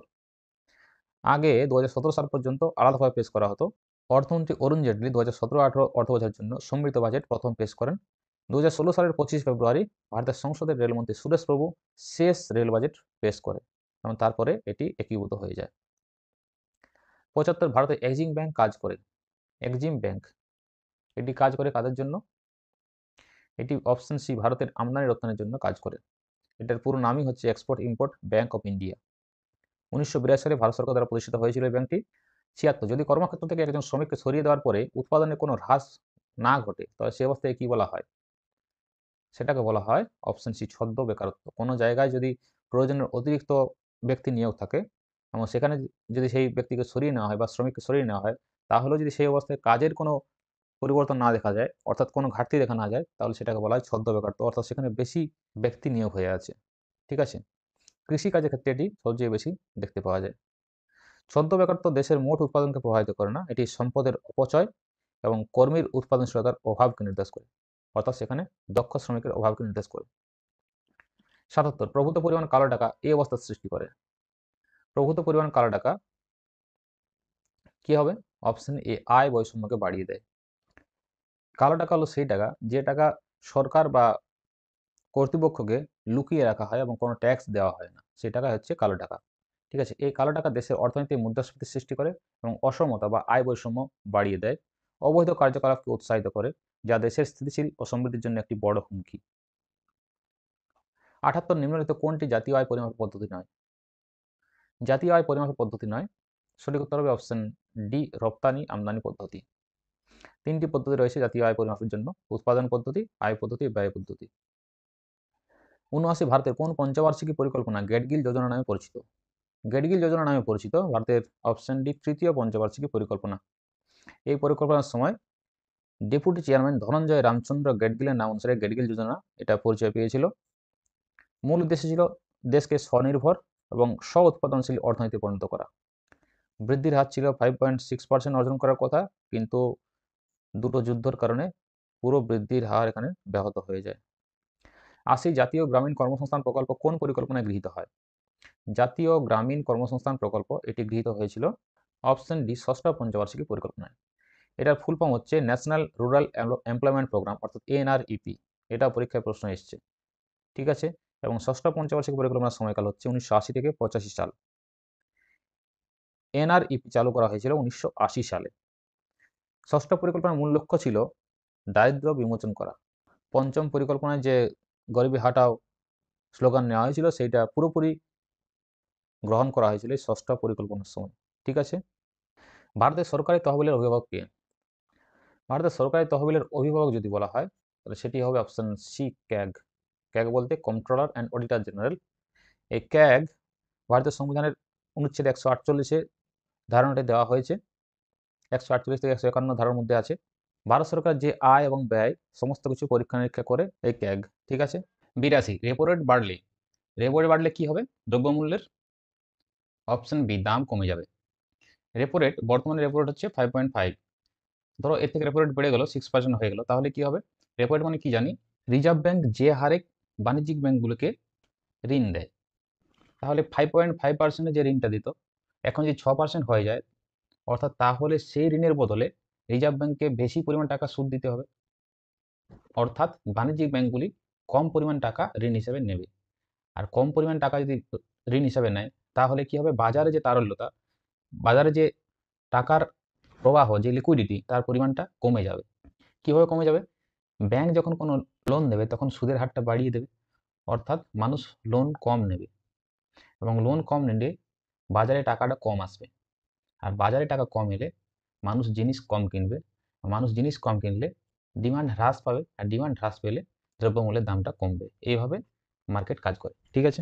বর্তমান রেপো রেট হচ্ছে 5.5%, আর রিভার্স রেপো রেট হচ্ছে 3.35%, যেটা রিজার্ভ ব্যাংক বাণিজ্যিক ব্যাংকের কাছ থেকে লোন নেয়, ঠিক আছে। 83 ভারতীয় রিজার্ভ ব্যাংকের আর্থিক নীতির প্রাথমিক উদ্দেশ্য কি? ভারতীয় রিজার্ভ ব্যাংকের আর্থিক নীতির প্রাথমিক উদ্দেশ্য হচ্ছে অপশন বি ইনফ্লেশনটাকে কমানো, মুদ্রাস্ফীতিকে নিয়ন্ত্রণ করা। 84 ইউরো কোন দেশের মুদ্রা? মুদ্রাগুলো তোমাদের আসতে পারে। ইউরো হচ্ছে অপশন সি ইউরো জোনের মুদ্রা। ইউরোপের যে দেশগুলো রয়েছে তাদের মুদ্রা হচ্ছে ইউরো। যেসব দেশগুলোর মুদ্রা ইউরো তাদের একটা তালিকা এখানে দেওয়া আছে, এখান থেকে তোমরা দেখে নিতে পারো। ব্রিটেনের মুদ্রা হচ্ছে পাউন্ড স্টার্লিং, সুইডেনের মুদ্রা সুইডিশ ক্রোনা, এবং ডেনমার্কের মুদ্রা হচ্ছে ডেনিশ ক্রোন। 85 নিচের কোনটি ভারতের অর্থনৈতিক পরিকল্পনা বৈশিষ্ট্য নয়? ভারতের অর্থনৈতিক পরিকল্পনা বৈশিষ্ট্য নয়। ভারতের অর্থনৈতিক পরিকল্পনার মধ্যে আবাসমূলক পরিকল্পনা থাকে, বিকেন্দ্রীভূত পরিকল্পনা হয়, উন্নয়নমুখী পরিকল্পনা হয়, কিন্তু কোনো বাধ্যতামূলক পরিকল্পনা থাকে না। তাহলে অপশন ডি হয়ে যাবে সঠিক উত্তর। 86 সম্প্রতি ওয়ার্ল্ড ইকোনমিক ফোরামের রিপোর্ট অনুসারে বিশ্ব স্টক মার্কেটে ভারতের স্থান কত? বিশ্ব স্টক মার্কেটে ভারতের স্থান বর্তমানে অপশন সি পঞ্চম। মূলধনের দিক থেকে ভারত বিশ্বের পঞ্চম বৃহত্তম দেশ। 87 এটিএম এর পুরো নাম কি? এটিএম এর পুরো নাম হচ্ছে, এখানের মধ্যে সঠিক উত্তর হবে option C automated teller machine. 88 কি কারণে দ্রব্যের দাম বাড়ে? একটু আগে বললাম দ্রব্যের দাম বাড়বে যখন চাহিদা বেশি থাকবে, উৎপাদন কম হবে এবং অর্থের যোগান বৃদ্ধি, এই তিনটি ক্ষেত্রে। তাহলে অপশন ডি হয়ে যাবে উপরের সবকটি সঠিক উত্তর। 89 অর্থবিল কোথায় উত্থাপন করা যায়? এটা সাধারণত পলিটিক্যাল কোশ্চেন, কিন্তু যেহেতু অর্থবিল সম্পর্কে তাহলে এটা জানতে হবে। অর্থবিল উত্থাপন করা যায় অপশন বি শুধু লোকসভাতে। বাকি যে সমস্ত প্রসেসগুলো এগুলো আমি আগে বলেছি, আর এখানে এই সম্পর্কে জানার প্রয়োজন নেই, শুধুমাত্র কোথায় উত্থাপন করা যায় এটুকু জানলেই হবে, ঠিক আছে। অর্থবিল সংক্রান্ত ক্ষমতা রয়েছে শুধুমাত্র স্পিকারের। এটা অর্থবিল কিনা সেটা স্পিকার একমাত্র নির্বাচন করতে পারে, এবং অর্থবিল সম্পর্কে বলা আছে 110 নম্বর অনুচ্ছেদে। 90 সবুজ বিপ্লব প্রথমে কোথায় ঘটেছিল? এটা বলেছি একটু আগে, সবুজ বিপ্লব প্রথমে ঘটেছিল অপশন এ পাঞ্জাব, হরিয়ানা এবং পশ্চিম উত্তরপ্রদেশে, ঠিক আছে। সবুজ বিপ্লব যদি বিশ্বের ক্ষেত্রে বলা হয় তাহলে মেক্সিকোতে প্রথম শুরু হয়েছিল 1950 এবং 60-এর দশকে। তার পরবর্তীকালে সবুজ বিপ্লব ভারতে প্রথম হয় 1966 সালে পাঞ্জাবে, 65-66 সালে, ঠিক আছে। 91 ভারতবর্ষের জাতীয় আয় পরিমাপ করে কোন সংস্থা? ভারতের জাতীয় আয় পরিমাপ করে অপশন এ সিএসও বা সেন্ট্রাল স্ট্যাটিস্টিক্যাল অর্গানাইজেশন বা সিএসও, কেন্দ্রীয় পরিসংখ্যান সংস্থা। সেন্ট্রাল স্ট্যাটিস্টিক্যাল অর্গানাইজেশন বর্তমানে সেন্ট্রাল স্ট্যাটিস্টিক্যাল অফিস নামে পরিচিত। ঠিক আছে, আগে নাম ছিল অর্গানাইজেশনটা এখন অফিস হয়ে গেছে। এবং সিএসও সদর দপ্তর ভারতের নয়াদিল্লিতে অবস্থিত, এটা মনে রাখবে। 92 ভারতীয় মুদ্রা আইনগতভাবে স্বীকৃত কোন দেশে? ভারতের মুদ্রা আইনগতভাবে দুটো দেশে স্বীকৃত আছে, একটা নেপাল আর একটা ভুটান। 93 পশ্চিমবঙ্গে চালু হওয়া অপারেশন বর্গা মূলত কোনটির সাথে সম্পর্কিত ছিল?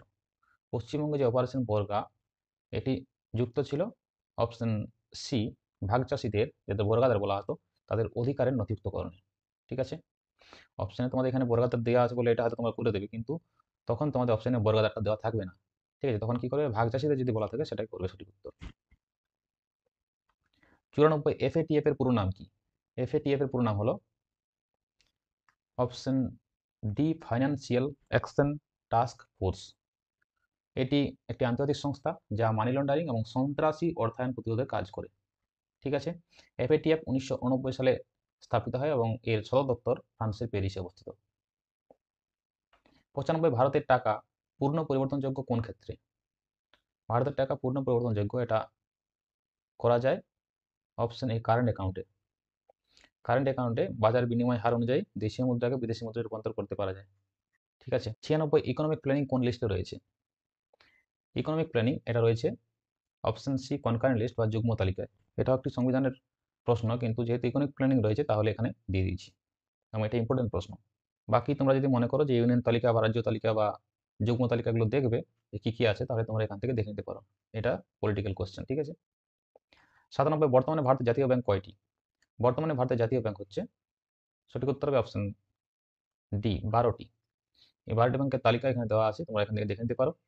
এর পূর্বে 27টি ব্যাংক ছিল, কিন্তু 2020 সালের 1 এপ্রিল থেকে একীভূতকরণ করা হয়েছে, মার্জ করে দেওয়া হয়েছে এবং 12টি ব্যাংকে নিয়ে আসা হয়েছে, এবং আরও ওগুলো মার্জ করে সংখ্যা কমিয়ে নিয়ে আসার একটা কথাবার্তা চলছে। 98 নাবার্ড কোন পঞ্চবার্ষিকী পরিকল্পনায় গড়ে ওঠে? নাবার্ড সম্পর্কে বারবার বলছি, ভেরি ভেরি ইম্পর্টেন্ট, এবং এর থেকে প্রশ্ন আসতেই পারে। অপশন সি ষষ্ঠ পঞ্চবার্ষিকী পরিকল্পনায় গড়ে উঠেছিল শিবরামন কমিটির সুপারিশে 1982 সালের 12 জুলাই। ঠিক আছে, 99 কোন পরিকল্পনায় জাতীয় খাদ্য নিরাপত্তা মিশন চালু হয়? জাতীয় খাদ্য নিরাপত্তা মিশন চালু হয়, এটা সঠিক উত্তর হবে অপশন বি একাদশ পঞ্চবার্ষিকী পরিকল্পনার সময় এই এনএফএসএম বা ন্যাশনাল ফুড সিকিউরিটি মিশন চালু করা হয়েছিল। এখানে চাল, গম এবং ডালের উৎপাদন বৃদ্ধির উপর জোর দেওয়া হয়েছিল। ঠিক আছে, 100 পিএন প্যান এর পুরো কথাটি কি? এটা সঠিক উত্তর হবে option a permanent account number. 101 ভারতে পিঙ্গল বিপ্লব কোনটির সাথে সম্পর্কিত? ভারতের পিঙ্গল বিপ্লব এটি সঠিক উত্তর হবে অপশন ডি চর্ম উৎপাদনের সাথে সম্পর্কিত। কোকো এবং চামড়া দুটোর সাথে সম্পর্কিত হচ্ছে পিঙ্গল বিপ্লব বা বাদামি বিপ্লব। হীরালাল চৌধুরীকে এই বিপ্লবের সূচনাকারী এবং বাদামি বিপ্লবের জনক হিসেবে ধরা হয়। 102 ভারতের সর্বপ্রথম প্রতিষ্ঠিত ব্যাংক কোনটি? ভারতের সর্বপ্রথম প্রতিষ্ঠিত ব্যাংক হচ্ছে, সঠিক উত্তর হবে option A bank of Hindustan. এটি 1770 সালে আলেকজান্ডার অ্যান্ড কোম্পানির এজেন্সি হাউস দ্বারা প্রতিষ্ঠিত ব্যাংক। 103 রিভার্স রেপো রেট হলো, এটা আগেই বলেছি রিভার্স রেপো রেট কি, যে হারে রিজার্ভ ব্যাংক অন্যান্য ব্যাংকের থেকে লোন নেয়। অপশন বি যে হারে অন্যান্য ব্যাংক রিজার্ভ ব্যাংকে টাকা ধার বা জমা দেয়। 104 অর্থনীতিতে সমুদ্রের জল, পরিষ্কার বায়ু প্রভৃতিকে গণ্য করা হয়। অর্থনীতিতে সমুদ্রের জল, পরিষ্কার বায়ু এই সমস্ত কিছুকে গণ্য করা হয় অপশন সি ফ্রি গুডস হিসেবে। বাকি চারটা টার্ম কি কি সেটাও এখানে জেনে নেব। ইনফিরিয়ার গুডস কোনগুলো? যেগুলো চাহিদা আয় বাড়লে কমে যায়, যেমন ধরো কম দামের কোনো চাল বা জেনারিক পণ্য। যখন কারো আয় বেড়ে যায় তখন সে আর সেই কম দামের চাল খায় না, সে তখন বেশি দামের চাল কেনে। ঠিক আছে, এগুলো হচ্ছে ইনফিরিয়ার গুডস, যেগুলো কম দামের চাল, জেনারিক পণ্য এগুলো। নর্মাল গুডস কোনগুলো? যেগুলো চাহিদাটা আয় বাড়লে বেড়ে যায়, যেমন ধরো কোনো গাড়ি বা ডিজাইন করা পোশাক, ব্র্যান্ডেড পোশাক, এগুলো হচ্ছে নর্মাল গুডস। ফ্রি গুডস বললামই, সমুদ্রের জল, পরিষ্কার বায়ু, এগুলো সব ফ্রি গুডস, যেগুলোর জন্য কোনো খরচের সুযোগ নেই। আর গিফেন গুডস কোনগুলো? যেগুলো দাম বাড়লে চাহিদা বাড়ে, এটা আবার ব্যতিক্রম ধারণা। যেগুলো দাম বাড়লে চাহিদা বাড়ে, যেমন ধরো মূল্যবৃদ্ধি হয়েছে, মূল্যবৃদ্ধি হওয়ার ফলে চালের দামও বেড়েছে, আলুর দামও বেড়েছে এবং মাংসের দামও বেড়েছে। তাহলে কোনো ব্যক্তি চাইবে যে তার টাকাটা বেশি মাংসের খাতে খরচ না করে, কারণ মাংসের দাম প্রচুর হয়ে গেছে, মাংসের খাতে না খরচ করে চালটাই বেশি নিয়ে নেবে, আলুটাই বেশি নিয়ে নেবে। এগুলোকে বলা হচ্ছে গিফেন গুডস। ঠিক আছে, 105 আইএমএফ ও ওয়ার্ল্ড ব্যাংক গঠিত হয় 1944 সালে। এদের সদর দপ্তর কোথায় অবস্থিত? আইএমএফ এবং ওয়ার্ল্ড ব্যাংক এদের সদর দপ্তর অবস্থিত, সঠিক উত্তর অপশন সি ওয়াশিংটন ডিসিতে, মার্কিন যুক্তরাষ্ট্রে বা ইউএসএতে অবস্থিত। ঠিক আছে, আইএমএফ এর ফুল ফর্ম হচ্ছে ইন্টারন্যাশনাল মনিটারি ফান্ড, এবং world bank international bank for reconstruction and development, যেটা আইবিআরডি। এই আইএমএফ বা ইন্টারন্যাশনাল মনিটারি ফান্ড উন্নয়নশীল দেশগুলোকে স্বল্প বা স্বল্পমেয়াদী বা মধ্যমেয়াদী ঋণ দেয়। অন্যদিকে ওয়ার্ল্ড ব্যাংক দীর্ঘমেয়াদী ঋণ দেয়। ঠিক আছে, এই দুটি প্রতিষ্ঠান একই সম্মেলনে গঠিত হয়েছিল, এই জন্য এদের একত্রে ব্রেটন উডস টুইন্স নামে ডাকা হয়। নিম্নলিখিত কোনটি ভারতের জিএসটি এর অন্তর্ভুক্ত নয়? GST goods and services tax এটার অন্তর্ভুক্ত নয়। কোনটা হবে? Option C, income tax. Income tax এটা কেন্দ্রীয় সরকারের প্রত্যক্ষ কর, এটা জিএসটির অন্তর্ভুক্ত নয়। বাকি সমস্ত তালিকাগুলো আমি আগেও দিয়েছি, এখানেও দেওয়া আছে, এখানে তোমরা দেখে নিতে পারো ডাইরেক্ট এবং ইনডাইরেক্ট ট্যাক্সগুলো। 107, ভারতে অর্থনৈতিক পরিকল্পনার জনক কাকে বলা হয়? ভারতে অর্থনৈতিক পরিকল্পনার জনক বলা হয় অপশন সি, এম বিশ্বেশ্বরায়াকে। এম বিশ্বেশ্বরায়াকে, মোক্ষগুন্ডম বিশ্বেশ্বরায়া, এনাকে 1934 সালে তার লেখা বই প্ল্যান্ড ইকোনমি ফর ইন্ডিয়া এটার কারণে অর্থনৈতিক পরিকল্পনার জনক হিসেবে গণ্য করা হয়। তার জন্মদিন 15 সেপ্টেম্বরকে প্রকৌশলী দিবস হিসেবে পালন করা হয়। প্রকৌশলী দিবস বলতে ইঞ্জিনিয়ার দিবস। ঠিক আছে, 1915 সালে ব্রিটিশ সরকার তাকে নাইট উপাধি এবং 1955 সালে ভারত সরকার ভারতরত্ন উপাধিতে ভূষিত করেন। ঠিক আছে, আর প্রশান্ত চন্দ্র মহালানোবিসকে, যিনি দ্বিতীয় পঞ্চবার্ষিকী পরিকল্পনার যার মডেল হয়েছে, ইনাকে ভারতে অর্থনৈতিক পরিকল্পনার স্থপতি বলেন, অর্থাৎ পরিকল্পনার জনক বলা হয় এম বিশ্বেশ্বরায়াকে, কিন্তু সেই পরিকল্পনাগুলো বাস্তবায়ন করেছেন এই প্রশান্ত চন্দ্র মহালানোবিস, এবং তাকে ভারতীয় পরিসংখ্যানের জনকও বলা হয়, কারণ যে ইন্ডিয়ান স্ট্যাটিস্টিক্যাল ইনস্টিটিউট সেটা তিনি প্রতিষ্ঠা করেছেন এবং পরিসংখ্যানের ধারণা দিয়েছেন। ভারতে প্রতি বছর 29শে জুন এই প্রশান্ত চন্দ্র মহালানোবিসের জন্মদিন উপলক্ষে জাতীয় পরিসংখ্যান দিবস হিসেবে পালন করা হয়। ঠিক আছে, এগুলো মনে রাখবে। 108, ভারতের বৃহত্তম স্টক মার্কেট কোনটি? ভারতের বৃহত্তম স্টক মার্কেট হচ্ছে, সঠিক উত্তর হবে option A, NAC, national stock exchange, যেটা মুম্বাইতে অবস্থিত এবং 1992 সালে এটি গঠিত হয়েছিল। বোম্বে স্টক এক্সচেঞ্জ বা বিএসসি, এটা মুম্বাইতে অবস্থিত, এটি এশিয়ার প্রাচীনতম স্টক এক্সচেঞ্জ। 1875 সালে প্রেমচাঁদ রায়চাঁদ এই বোম্বে স্টক এক্সচেঞ্জ প্রতিষ্ঠা করেছিলেন। 109, গোল বিপ্লব কোন দ্রব্যের সাথে যুক্ত? গোল বিপ্লব যুক্ত হচ্ছে অপশন বি, আলুর সাথে যুক্ত। ঠিক আছে, এছাড়াও যেসব বিপ্লবগুলো আমি আগেও তালিকা দিয়েছি, এখানেও আরেকবার তালিকাটা দিয়ে দিয়েছি, তোমরা এখান থেকেও দেখে নিতে পারো কোন বিপ্লবগুলো কোনটার সাথে যুক্ত। 110, প্লাস্টিক মানি কি? প্লাস্টিক মানি হচ্ছে, এখানের মধ্যে সঠিক উত্তর হয়ে যাবে option B, credit card. Plastic money বলতে credit card, debit card, prepaid কার্ডের মতো প্লাস্টিক বা পলিমারের তৈরি যেসব কার্ডগুলো, যেগুলো আমরা নগদ অর্থের পরিবর্তে ব্যবহার করে থাকি, সেই কার্ডগুলোকে বলা হয় প্লাস্টিক মানি। ঠিক আছে, 111, প্রথম সম্পূর্ণ ভারতীয় ব্যাংক কোনটি? প্রথম ভারতীয় ব্যাংক কোনটি? Bank of Hindustan. আর সম্পূর্ণ ভারতীয় ব্যাংক, সেটি হয়ে যাবে option A, Punjab national bank. যদিও প্রথম ব্যাংক ছিল অযোধ্যা বাণিজ্যিক ব্যাংক, কিন্তু 1821 সালে এটি ফৈজাবাদে প্রতিষ্ঠিত হয়েছিল এবং 1958 সালে এটি ব্যর্থ হয় ব্যাংকটি। কিন্তু পাঞ্জাব ন্যাশনাল ব্যাংক, যেটি 1894 সালে লাহোরে প্রতিষ্ঠিত হয়েছিল, এটি এখনো পর্যন্ত ভারতের বৃহত্তম ব্যাংকগুলির মধ্যে একটি ব্যাংক হয়ে টিকে আছে। ঠিক আছে, 112, ভারতের কোন পরিকল্পনাকালে সর্বশিক্ষা অভিযান শুরু হয়? সর্বশিক্ষা অভিযান শুরু হয়, সঠিক উত্তর হবে অপশন সি, নবম পঞ্চবার্ষিকী পরিকল্পনাকালে। এই সময়কালে ছিল 1997 থেকে 2002 সাল, এবং এই সময় সর্বশিক্ষা অভিযান শুরু হয়েছিল।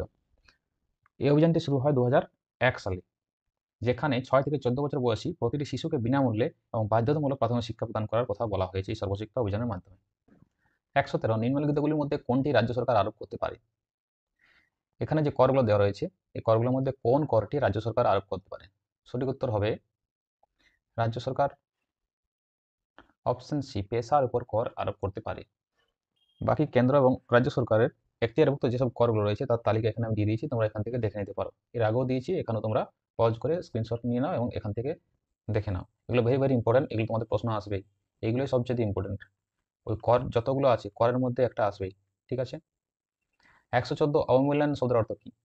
অবমূল্যায়ন শব্দের অর্থ হচ্ছে কোনো কিছুর, অপশন সি, অর্থের মূল্য কমে যাওয়া, কোনো মুদ্রা সাপেক্ষে, কোনো দেশের মুদ্রা বৈদেশিক মুদ্রা সাপেক্ষে হ্রাস পেয়ে যাওয়া, এটাই হচ্ছে অবমূল্যায়ন। ঠিক আছে, যদি অবমূল্যায়ন হয় সেক্ষেত্রে রপ্তানি সস্তা হয়ে যায় এবং আমদানি ব্যয় হয়ে যায়, ফলে রপ্তানি বেড়ে যায় এবং আমদানি কমে যায়। ভারতের আকস্মিক তহবিল কার নিয়ন্ত্রণাধীন? ভারতের আকস্মিক তহবিল, কন্টিজেন্সি ফান্ড, এটি অপশন বি, রাষ্ট্রপতির নিয়ন্ত্রণাধীনে আছে এবং এটি সংবিধানের 267 ধারা অনুযায়ী এই তহবিল গঠন করা হয়েছে। 116, যে সুদের হারে একটি কমার্শিয়াল ব্যাংক অন্য কমার্শিয়াল ব্যাংকে টাকা ধার দেয়, এটা কি হবে? একটি কমার্শিয়াল ব্যাংক অন্য কমার্শিয়াল ব্যাংকে যে হারে টাকা ধার দেয় সেটাকে বলা হয়, এগুলো একটা নয়, অপশন সি, কল রেট হয়ে যাবে সঠিক উত্তর। এটাকে কল মানি রেট বলা হয়। ঠিক আছে, এটা একটা নতুন টার্ম আমরা জানলাম। 117 বুল ও বিয়ার শব্দ দুটি নিচের কোন ক্ষেত্রের সঙ্গে সম্পর্কিত? বুল ও বিয়ার এই শব্দ দুটি সম্পর্কিত। সঠিক উত্তর হবে অপশন বি, শেয়ার বাজারের সাথে। শেয়ার বাজারে বুল কোন একটা ফান্ডকে বলা হয়, কোন একটা শেয়ারকে বলা হয় যখন তার ভবিষ্যতে গতি প্রকৃতি বাড়ার কথা আছে তখন সেটাকে বুল বলা হয়, এবং কোন শেয়ারের ভবিষ্যতের গতি প্রকৃতি যদি নিচের দিকে ডাউন হতে থাকে, নামতে থাকে, অর্থাৎ তার মূল্য যদি কমতে থাকে তখন তাকে বলা হয় বিয়ার। 118 কোন পঞ্চবার্ষিকী পরিকল্পনার উদ্দেশ্য ছিল জনসংখ্যা বৃদ্ধি স্থিতিশীল করা? জনসংখ্যা বৃদ্ধি স্থিতিশীল করা এটি উদ্দেশ্য ছিল অপশন ডি, চতুর্থ পঞ্চবার্ষিকী পরিকল্পনার। যদিও এর কঠোর বাস্তবায়ন করা হয়েছিল পঞ্চম পঞ্চবার্ষিকী পরিকল্পনা, কিন্তু নেওয়া হয়েছিল চতুর্থ পঞ্চবার্ষিকী পরিকল্পনা। ঠিক আছে। 119 কোন পঞ্চবার্ষিকী পরিকল্পনার মূল লক্ষ্য ছিল যে সাম্যতা ও সামাজিক ন্যায়ের সাথে উন্নয়ন? এটা সঠিক উত্তর হয়ে যাবে অপশন ডি, নবম পঞ্চবার্ষিকী পরিকল্পনা। সাম্যতা ও সামাজিক ন্যায়ের সাথে উন্নয়ন এটি নেওয়া হয়েছিল নবম পঞ্চবার্ষিকী পরিকল্পনা, যার সময়কাল ছিল 1997 থেকে 2002। ঠিক আছে। Growth with equity and social justice. 120 নিচের কোন ক্ষেত্রটি থেকে ভারত সবচেয়ে বেশি বৈদেশিক মুদ্রা আয় করে? ভারতের সবচেয়ে বেশি বৈদেশিক মুদ্রা আয় হয়, এটি হচ্ছে ভারত প্রচুর পরিমাণে চা রপ্তানি করে, এখান থেকে প্রচুর পরিমাণে বৈদেশিক মুদ্রা আয় হয়। চা উৎপাদনে ভারত বিশ্বের দ্বিতীয় বৃহত্তম দেশ, এবং ভারতের যে রাজ্যটি বেশি চা উৎপাদন করে সেটি হচ্ছে আসাম। চা উৎপাদনে চীন আছে প্রথম স্থানে। 121 ভারতে জাতীয় আয়ের প্রধান উৎস কোনটি? ভারতের জাতীয় আয়ের প্রধান উৎস হচ্ছে জিডিপিতে সবচেয়ে বেশি অবদান রাখে পরিষেবা ক্ষেত্র। এটা আমি তোমাদের শুরুতে, ক্লাসের শুরুতেই বলেছিলাম, এবং এই পরিষেবা ক্ষেত্র আছে অপশন সি, টারসিয়ারি ক্ষেত্রতে। প্রধানত তিনটি খাতের জিডিপিগুলো এখানে দেখানো হয়েছে।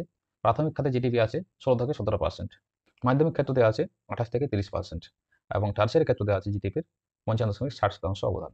ঠিক আছে। এখানে আমরা ভারতের অর্থনীতির 5টি ক্ষেত্রকে আমরা একটা তালিকা আকারে দিয়েছি, এবং কোন ক্ষেত্রের প্রকৃতি কি এবং এদের কার্যকলাপ কি এবং কোন কোন জিনিসগুলো ক্ষেত্রতে পড়ে তার একটা তালিকা এখানে দেওয়া আছে। তোমরা এখান থেকে সমস্ত ক্ষেত্রগুলো জেনে যেতে পারবে। প্রাথমিক ক্ষেত্র বা প্রাইমারি সেক্টর কোনগুলো?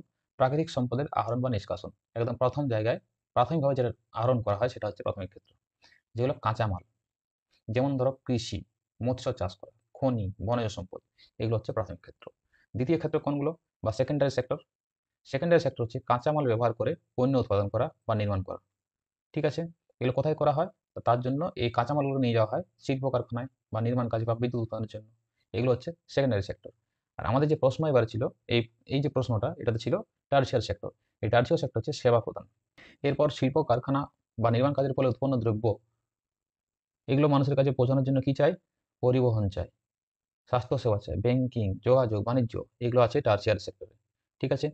চতুর্থ ক্ষেত্র বা কোয়াটারনারি সেক্টর, এটা হচ্ছে তথ্য এবং জ্ঞান প্রযুক্তি ভিত্তিক পরিষেবা। ঠিক আছে। যেখানে তথ্য প্রযুক্তি আছে, আইটি আছে, গবেষণা উন্নয়ন আছে, পরামর্শ পরিষেবা আছে, এগুলো সব হচ্ছে চতুর্থ বা কোয়াটারনারি সেক্টরে। পঞ্চম ক্ষেত্রে কি কি আছে? কুইনারি সেক্টর আছে, সর্বোচ্চ স্তরে সিদ্ধান্ত গ্রহণ, উদ্ভাবন। এই পঞ্চম ক্ষেত্রে রয়েছে সরকারি শীর্ষ কর্মকর্তারা এবং বৈজ্ঞানিক গবেষণা দলের প্রধান, যারা সর্বোচ্চ স্তরে থাকেন এবং সিদ্ধান্ত গ্রহণ করেন, নীতি নির্ধারণ করেন, ইনারা আছেন কুইনারি সেক্টরে। ঠিক আছে। 122 নিম্নের কোনটি বেকারত্বের অন্যতম কারণ? বেকারত্বের অন্যতম কারণ হচ্ছে, সঠিক উত্তর হবে অপশন সি, একটা নির্দিষ্ট এলাকায় বড় মাইগ্রেশন। যখন অনেক লোক কোনো একটা নির্দিষ্ট এলাকায় কাজ খুঁজতে চলে আসে, তখন সেখানে চাকরির বাজার সংকুচিত হয়ে যায়, অর্থাৎ কম্পিটিশন বেড়ে যায়। বেকারত্বের অন্যতম কারণগুলো হচ্ছে দ্রুত জনসংখ্যা বৃদ্ধি। যদি প্রচুর জনসংখ্যা বেড়ে যায় তাহলে বেকারত্ব বাড়ে। শিক্ষা ব্যবস্থার সাথে চাকরির বাজারের অসামঞ্জস্যতা যদি থাকে, অপর্যাপ্ত শিল্পায়ন যদি না হয়, অর্থনৈতিক মন্দা যদি দেখা দেয়, কর্মসংস্থান সৃষ্টির চেয়ে জনসংখ্যা যদি বেশি হয়, এবং দক্ষতা প্রশিক্ষণের যদি অভাব থাকে, তাহলে বেকারত্ব দেখা দেয়। 123 বিপিএল হলো একটি ইকোনমিক বেঞ্চমার্ক। এর সম্পূর্ণ রূপটি হলো, বিপিএল কথার অর্থ হলো option C, below poverty line, অর্থাৎ দরিদ্র সীমার নিচে। 124 ভারতের পঞ্চবার্ষিকী পরিকল্পনা চলাকালীন রোলিং প্ল্যানের সময়কাল ছিল, ভেরি ভেরি ইম্পর্টেন্ট, রোলিং প্ল্যানের সময়কাল ছিল অপশন এ 1978 থেকে 80।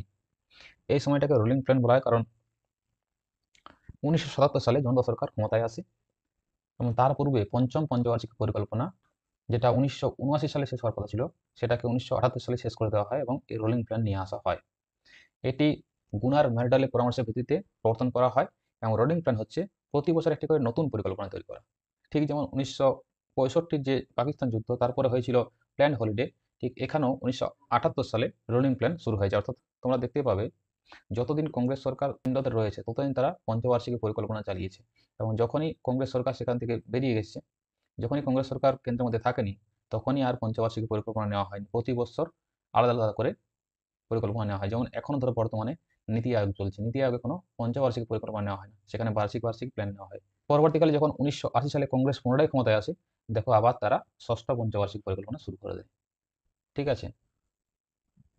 125 ভারতের অর্থ কমিশন কত সালে গঠিত হয়?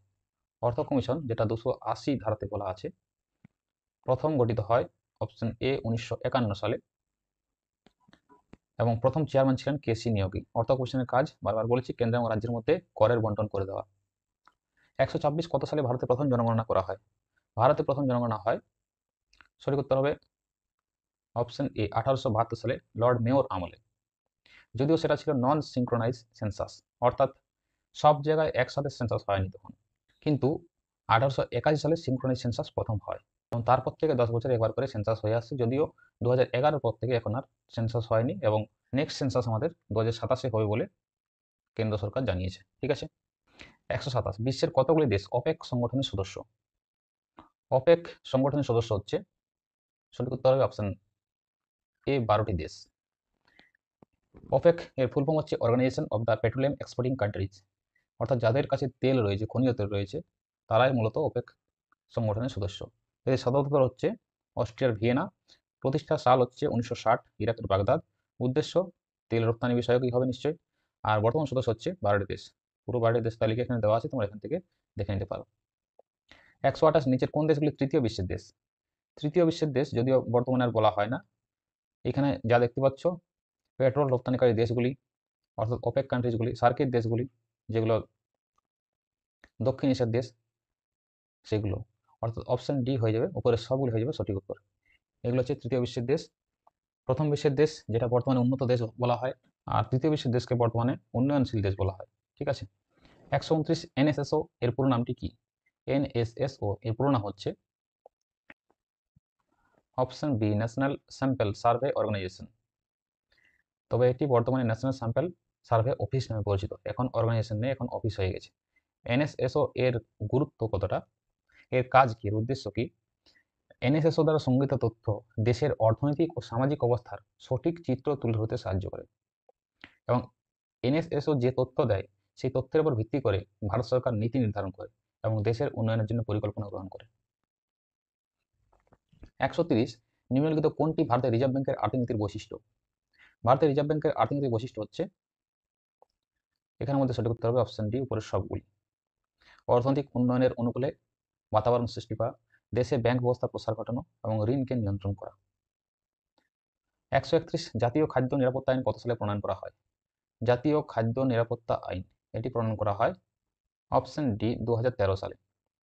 ন্যাশনাল ফুড সিকিউরিটি অ্যাক্ট, জাতীয় খাদ্য নিরাপত্তা আইন, এটি ভারতের একটি গুরুত্বপূর্ণ আইন।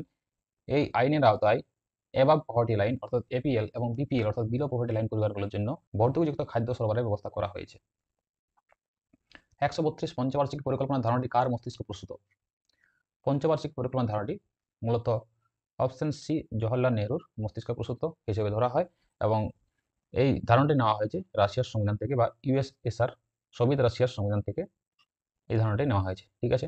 133, যে পঞ্চবার্ষিকী পরিকল্পনায় কৃষি পরিকল্পনার ভিত্তি হিসেবে পরিকল্পনা কমিশন 15টি কৃষি জলবায়ু অঞ্চল এগ্রো ক্লাইমেটিক রিজন চিহ্নিত করে, সেটি কোন পঞ্চবার্ষিক পরিকল্পনা?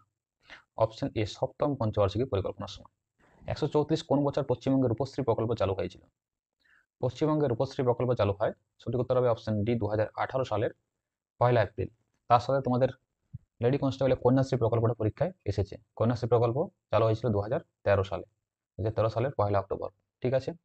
কন্যাশ্রী প্রকল্পের আওতায় এই কন্যাশ্রী প্রকল্পটি 2017 সালে রাষ্ট্রপুঞ্জের জনপরিষেবা পুরস্কারে বিশ্বসেরা শিরোপা লাভ করে। 135, অর্থনীতির কোন সেক্টর বুদ্ধিমত্তার ও উদ্ভাবনমূলক ক্রিয়াকর্মে জোর দেয়? শেষ প্রশ্ন এটা। অর্থনীতির কোন সেক্টর, একটু আগে বলেছি, প্রাইমারি, সেকেন্ডারি এবং টার্সিয়ারি, তিনটো সম্পূর্ণ আলাদা সেক্টর, এবং এই বুদ্ধিমত্তা এবং উদ্ভাবনমূলক ক্রিয়াকর্ম এগুলো আছে অপশন সি, কোয়াটার্নারি সেক্টরের মধ্যে। ঠিক আছে। আর যেটা কুইনারি সেক্টর, সেখানে রয়েছে যারা সর্বোচ্চ থিঙ্ক ট্যাঙ্ক হিসেবে যারা রয়েছেন, যারা সর্বোচ্চ প্রধান রয়েছেন, তারা রয়েছেন কুইনারি সেক্টর অর্থাৎ পঞ্চম সেক্টরে। এই 135টি প্রশ্ন ইকোনমিক্স থেকে তোমাদের জন্য ছিল। আশা করি এর বাইরে প্রশ্ন হবে না। ইকোনমিক্স থেকে তোমাদের যেসব প্রশ্নগুলো আসতে পারে তা এখানের মধ্যেই তোমরা পেয়ে যাবে। ঠিক আছে। ভিডিওটি ভালো লাগলে লাইক করবে, বন্ধুদের সাথে শেয়ার করে, এবং যারা এখনো চ্যানেল সাবস্ক্রাইব করেন তারা অবশ্যই চ্যানেলটি সাবস্ক্রাইব করে নেবে। ডিয়ার স্টুডেন্টস, আজকে পর্যন্ত থ্যাংক ইউ।